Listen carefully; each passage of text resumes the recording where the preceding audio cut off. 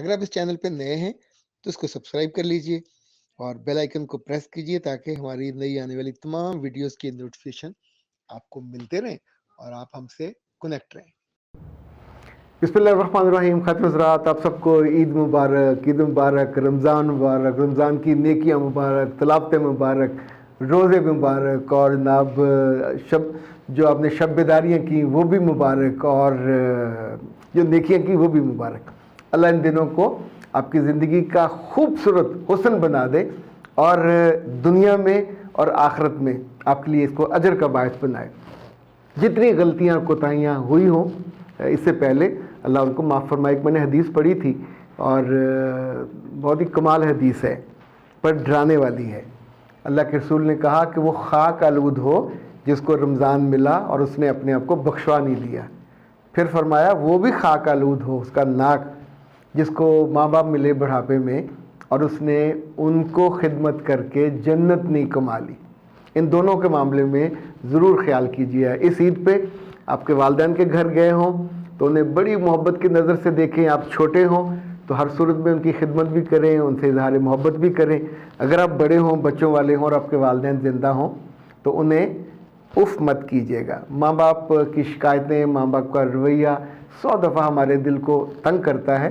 اس پہ خاموشی اور تھوڑی سی دوری بنا لیجئے، لیکن کبھی گستاخی مت کیجیے، اس سے بہت نقصان ہوتا ہے۔ اور خاص طور پہ جن کی مائیں ذرا سخت مزاج ہوتی ہیں اور تنگ کرتی ہیں، ان کے لیے تو یہ دوہرا بالکل وہ جو پتلی سی تار ہوتی ہے اس پہ چلنے جیسا ہوتا ہے۔ عید پہ عیدیاں دیجیے، تھوڑے پیسے کر دیا کریں اسپیئر۔ عیدیاں دینے سے کبھی نہ ڈریے۔ ایون کبھی دوست آپ کے گھر جائیں تو جن دوستوں سے بہت آپ کی اچھی ہوتی ہے ان کے بچوں کو عیدی زہرت دینا بنتی ہے۔ اور اگر نہیں جانا چاہتے، عیدی نہیں دینا چاہتے تو عید پہ مت جائیے، کہیں ٹک کے گھر بیٹھے، پھر جو آئے گا وہ دے کے جائے گا۔ لیکن ہمیشہ لینے والا نہیں بننا چاہیے۔ دینے پہ آپ کی بہنیں ہیں، پسند ہیں یا نہیں ہیں، ان کے بچوں کو عیدی دینی چاہیے۔ اسی طور پہ وہ جو آپ کے قریبی اعزا و اقارب ہوتے ہیں، یہ صدقہ بھی ہے، خیرات بھی ہے، اس کو کر دینا چاہیے۔ عید پہ وہ لوگ سب سے برے رہتے ہیں اور ہوتے ہیں اور بنتے ہیں جو سوئے رہتے ہیں۔ عید کے دن کو تھوڑا اچھا سیلیبریٹ کیوں نہیں کیا جا سکتا؟ یعنی بہت سے لوگ ہیں جو نیٹ فلکس کی فلمیں دیکھتے رہتے ہیں، بہت سے لوگ ہیں جو نیٹ پہ بیٹھ جائیں گے۔ میرا خیال ہے جیسے سحری میں ہم کچھ وقت بیٹھتے تھے اکٹھا، افطاری میں اکٹھا بیٹھتے تھے، تو ایک فیملی ٹائم میں جو دل لگا کے فوکس کر کے کہ مجھے اس ٹائم کو پلیزنٹ بنانا ہے، میں اس لیے بار بار یہ لفظ آپ کو یاد دلاتا ہوں کہ پلیزنٹ ہونے کا مطلب یہ ہے جب آپ آفس ہوں گے، گھر سے باہر ہوں گے، سفر پہ ہوں گے، تو پیچھے وہ لوگ جو آپ کو یاد کرتے رہے وہ پلیزنٹ انداز میں یاد کریں گے۔ مجھے میرے رب نے موقع دیا اس عید پہ، اس رمضان میں 3 دن کے اعتکاف کا، تو 10 دن کا ممکن نہیں ہو رہا تھا، تو پھر 3 دن کا میں نے کیا۔ الحمدللہ it was a wonderful experience, بہت مزہ آیا۔ ہمارے عبد المجید صاحب ریگولر مجھے افطاری اور سحری پہنچاتے رہے اور انہوں نے بھی خوب نیکیاں کمائیں۔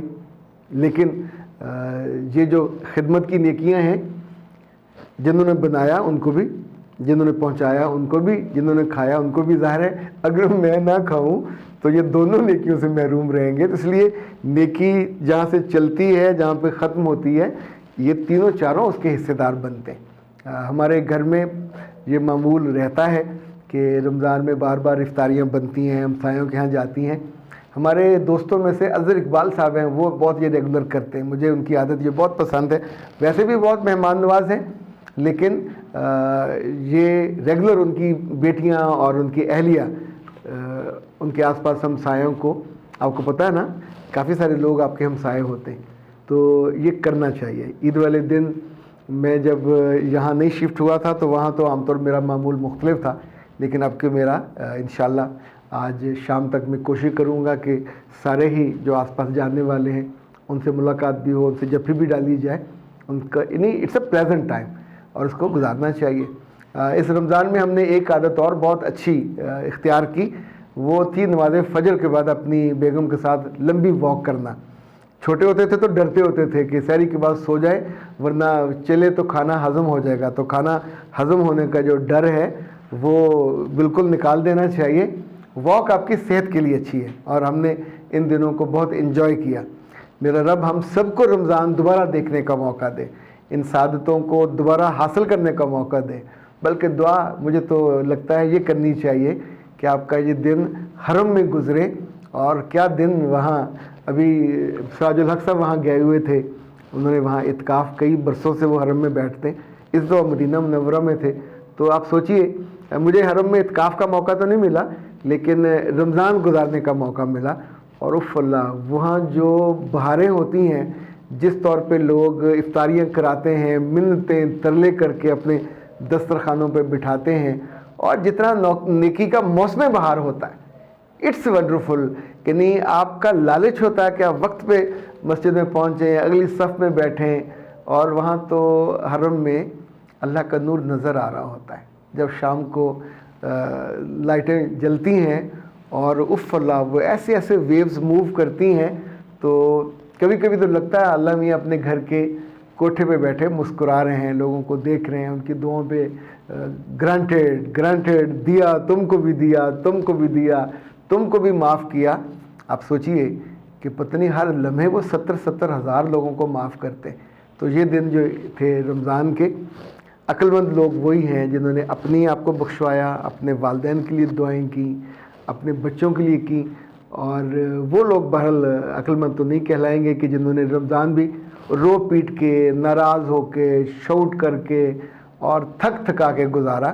تو اینڈ پہ یہ ہے کہ جو سب سے شاندار بات میں نے زندگی سے سیکھی کہ جب آپ مشقت کرتے ہیں, محنت کرتے ہیں, تو آخر میں وقت ہوتا ہے انعام لینے کا. نماز کے بعد دعا نہیں چھوڑنی چاہیے, اور عید والے دن نماز نہیں چھوڑنی چاہیے. اس لیے کہ 30 روزے رکھے. تو بہت سے ایسے لوگ ہم نے دیکھے اپنے جاننے والوں میں جو عید والے دن پھر سوئے رہتے ہیں, پہلی نمازیں پڑھیں اور اس روز چھوڑ دیں.